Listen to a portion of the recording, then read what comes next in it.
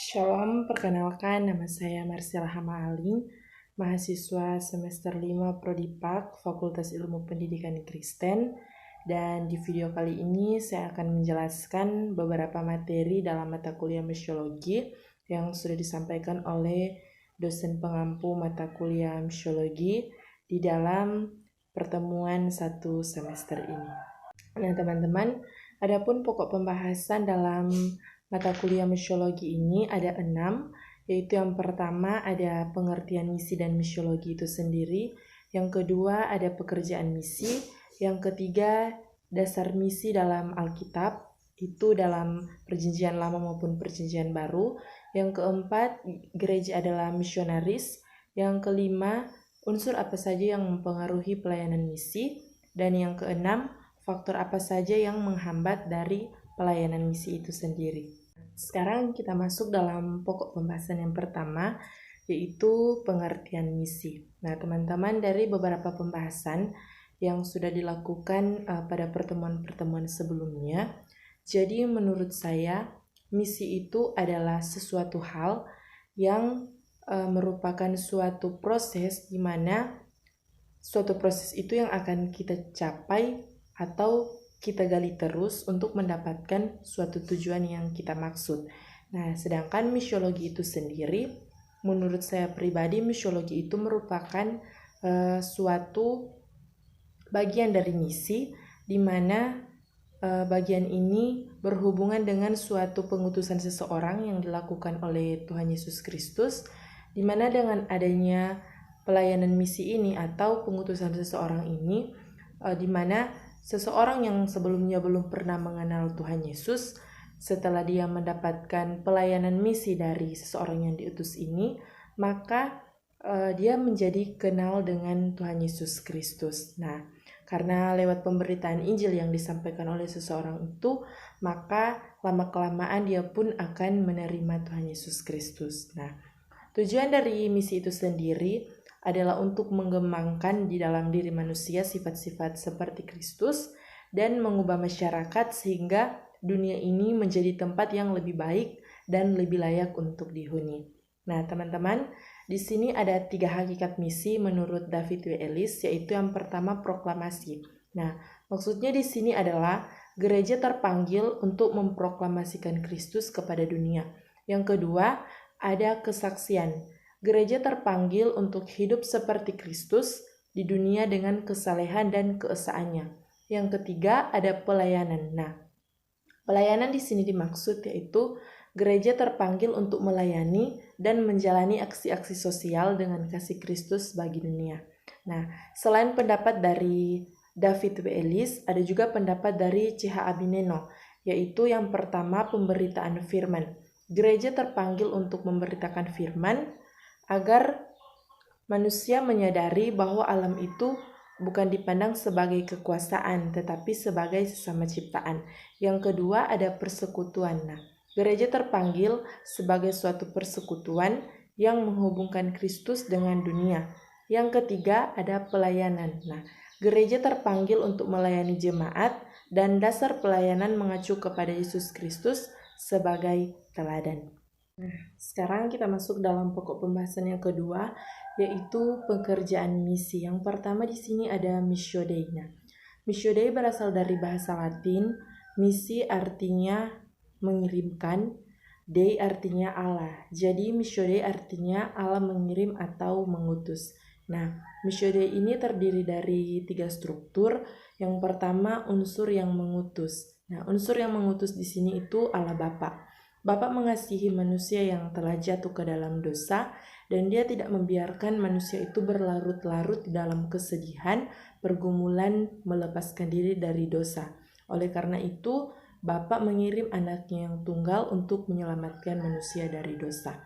Yang kedua, yaitu unsur yang diutus, yaitu Yesus Kristus. Nah, Yesus adalah pribadi yang Allah utus untuk datang ke dunia dengan mengosongkan dirinya dan mengambil rupa seorang hamba dan menjadi sama dengan manusia. Nah, yang ketiga yaitu unsur yang menerima atau mempersiapkan utusan. Nah, sebelum Tuhan Yesus datang ke dunia menjadi manusia untuk memulai karya misinya, Allah mempersiapkan orang-orang yang akan mempersiapkan diri dan menerima utusan agung tersebut. Kita masuk dalam pekerjaan misi yang kedua, yaitu Missio Christi. Nah, Missio Christi ini adalah suatu pengutusan Kristus ke dunia, dalam arti Kristus mengutus murid-muridnya dan Kristus diutus Allah. Yang ketiga ada Missio Holy Spirit.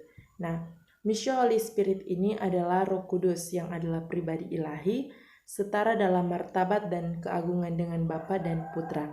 Roh Kudus adalah salah satu anggota dari Tritunggal Maha Kudus yang dapat menjalin relasi dengan kita. Sekarang kita masuk dalam pokok pembahasan yang keempat, yaitu gereja adalah misioner. Nah, misioner berasal dari kata mission yang disebut misionaris atau misionari yang berarti utusan Injil. Nah, kata sifat misionari atau missioner menunjuk pada berwujud, bersikap, menjadi pekabaran Injil. Nah, tugas dari misioner adalah mengabarkan Injil ke luar negeri dan mengabarkan Injil ke dalam negeri. Visi dan misi misioner. Nah, kesenjangan antara visi dan misi terjadi apabila visi tidak misioner, sedangkan misi atau kegiatannya misioner. Nah, kebersamaan gereja ditopang dengan 3 hal yang sangat penting, yaitu ketekunan, kesehatian, dan ketulusan. Di dalam kitab Kisah Para Rasul 2, gereja akan disebut gereja yang misioner apabila aktif dan konsisten mengajarkan serta melaksanakan doa dan puasa. Kuasa doa dari jemaat yang berkumpul setiap waktu mendorong para rasul untuk bersaksi tentang Injil Yesus Kristus. Kita masuk dalam pokok pembahasan yang ketiga, yaitu dasar misi di dalam Alkitab. Pertama, kita akan membahas tentang misi di dalam Perjanjian Lama. Nah, jika kita berbicara misi di dalam Perjanjian Lama, itu tidak lepas dari kasih Allah kepada bangsa Israel. Ada 3 aspek di dalam pemilihan bangsa Israel, yaitu yang pertama, universalisme. Dengan memilih bangsa Israel, Allah mengarahkan pandangannya itu ke seluruh dunia, bukan hanya kepada bangsa Israel. Yang kedua, ada eskatologia. Yang ketiga, pengharapan mesianis. Nah, seperti yang tampak di dalam nyanyian-nyanyian pada kitab Yesaya, Mesias yang menderita adalah sebagai ganti orang lain. Nah, dimulai dari janji keselamatan dari manusia yang berdosa, pemilihan dan pengutusan dilanjutkan oleh Musa. Peranan Nabi di dalam Perjanjian Lama yaitu sebagai tangan kanan Allah, penyambung lidah Allah. Nabi belum membuat bangsa Israel bertobat, sehingga Allah mengaruniakan anaknya yang tunggal yang bisa kita lihat di dalam Perjanjian Baru. Nah, yang kedua, misi di dalam Perjanjian Baru. Jika kita berbicara mengenai misi di dalam Perjanjian Baru, itu tidak bisa dilepaskan dari Allah. Para murid diutus untuk mendemonstrasikan karya Allah kepada manusia. Kita bisa melihat misi-misi di dalam kitab Injil Sinopsis, yaitu yang pertama pada kitab Matius. Pada kitab Matius, dalam Matius 28 ayat 16-20, itu berbicara mengenai perintah untuk memberitakan Injil. Yang kedua, pada kitab Markus, Kristus meminta jemaatnya membawa keselamatan kepada seluruh makhluk di dunia tanpa terkecuali. Yang ketiga, di dalam kitab Lukas, perutusan tentang pertobatan dan pengampunan. Yang keempat, di dalam kitab Injil Yohanes, semua yang telah dibebaskan akan hidup di dalam rahmat Tuhan. Nah, di dalam pemahaman misi di dalam Perjanjian Baru dan Perjanjian Lama, ada kaitannya mengutus nabi-nabi dalam Perjanjian Lama dan di dalam Perjanjian Baru mengutus murid-muridnya. Kita masuk dalam pokok pembahasan yang kelima, yaitu unsur yang mempengaruhi pelayanan misi. Nah, ada beberapa hal yang mempengaruhi pelayanan misi sehingga pelayanan misi itu kurang berkembang secara maksimal. Yang pertama, ada unsur tata gereja atau liturgi.